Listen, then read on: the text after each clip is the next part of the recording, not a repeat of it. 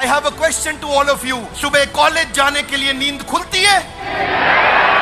School जाने के लिए नींद खुलती थी?